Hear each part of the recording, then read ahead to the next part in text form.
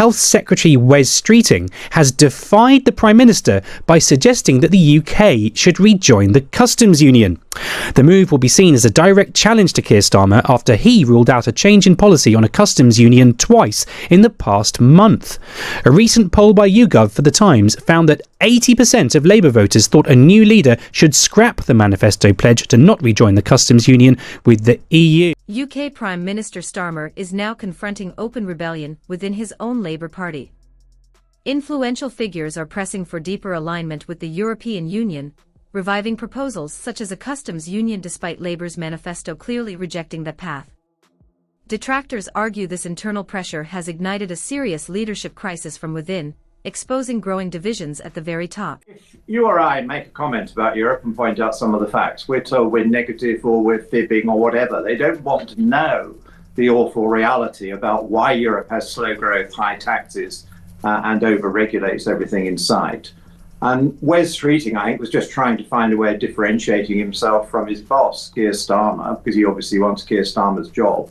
And he latched on to the fact that quite a lot of Labour key supporters would like more Europe. So he said, well, why don't we join the customs union? I don't think any of them who want to join the customs union know what a customs union is or understand what it would cost us or why we'd have to put tariffs on. They muddle it up with the single market because they say, oh, we want to get rid of some of the friction in our trade with Europe. Well, we got rid of all the tariff friction with Europe because we have a free trade agreement with them. So it's really nothing to do with tariffs.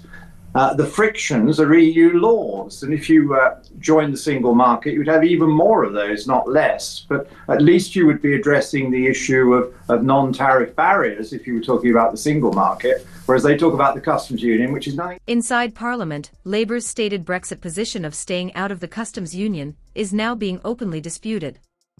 Health Secretary Wes Streeting, alongside other senior voices, is arguing that stronger trade links with the European Union would boost the UK economy, placing him directly at odds with Starmer and intensifying internal party tensions. Now, Wes Streeting, giving the traditional manoeuvres interview on Sunday to the Observer, say, oh no, suddenly no plans to take over number 10 Downing Street. Who would want that job? I mean, these people, who the hell is going to believe him there? He's on manoeuvres, quite clearly. He's not the only one. So's Ed Miliband, so's Angela Rayner. They are sensing blood. The vultures are circling around the rotting carcass of our current Prime Minister, Keir Starmer, who cannot last too much longer. There's no doubt whatsoever about that. Wes Streeting, though, he perceives that the weakness of Keir Starmer is he's not strong enough on his bid to get ever closer to the EU.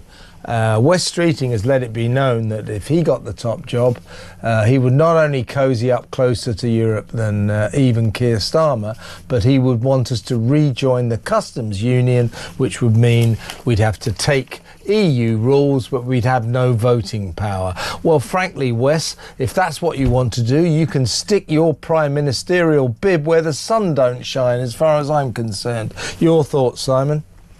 Oh, there's no doubt about it that Keir Starmer's nearly out the door. I mean, he'll be lucky if he survives beyond the May elections. The truth is, we can see that people are positioning, as you've pointed out, positioning to take over from him. And that's a massive distraction in government. Instead of focusing on delivering for what Britain needs, they've much more focused on their own. Despite mounting pressure, Starmer remains defiant, insisting Labour will not abandon its Brexit red lines. No return to free movement, no re-entry into the single market, and no customs union, even as he pushes for a strategic reset with Brussels. The question now is whether this hard stance will hold, or fracture under growing internal resistance. Customs union, we hear this phrase bandied about all the time, but what is it and how much benefit would it bring to the UK economy?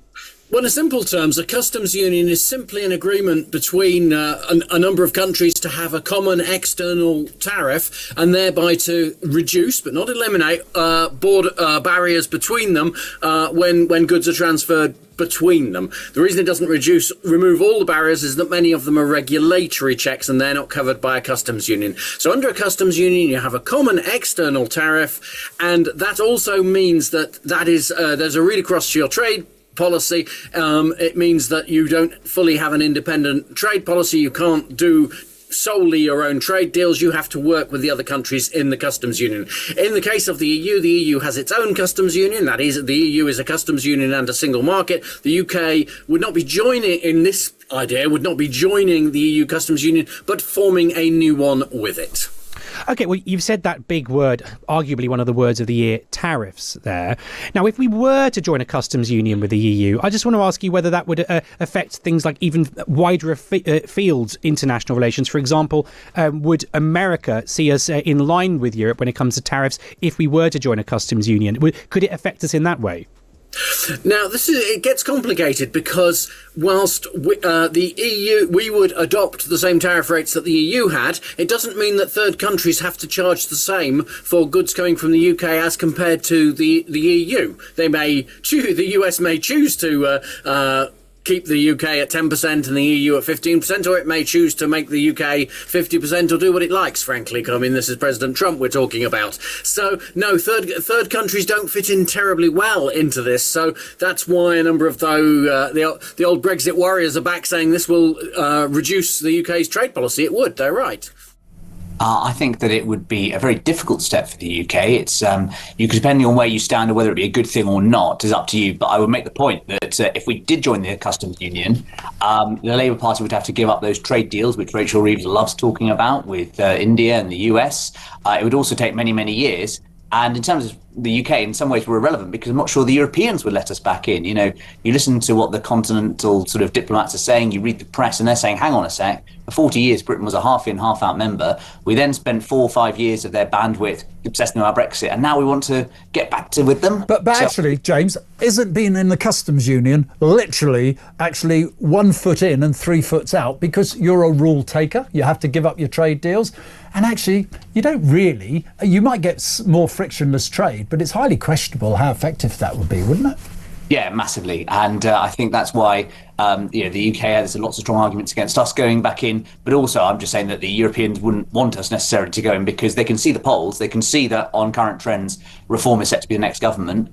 And I think they would be very sceptical about having us back in only to sort of pull out in a few years' time. So I think on the customs union point, I think it's very debatable. I think it's really just a sort of talking point for the Labour activists. And that leads to the second point, which is why West Streeting is floating this. Now, talking to members of the shadow cabinet, their big debate is whether this is just a rhetorical device, this pro-Europe talk, or whether actually Labour does want to get closer to Europe. I think it's a bit of both, but I think on the customs union point, it's more West Streeting going out there and flexing his muscles rather than actually sort of a realistic thing. Whether this dispute cools down or escalates, it underscores a single reality.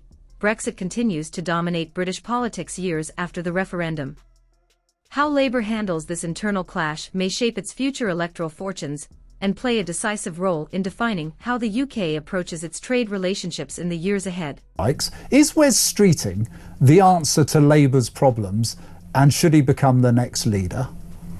Within Labour, there's a big divide. There are those who think their problems are about policy and those who think it's about comms. If you think it's a comms problem, Wes Streeting is probably your man.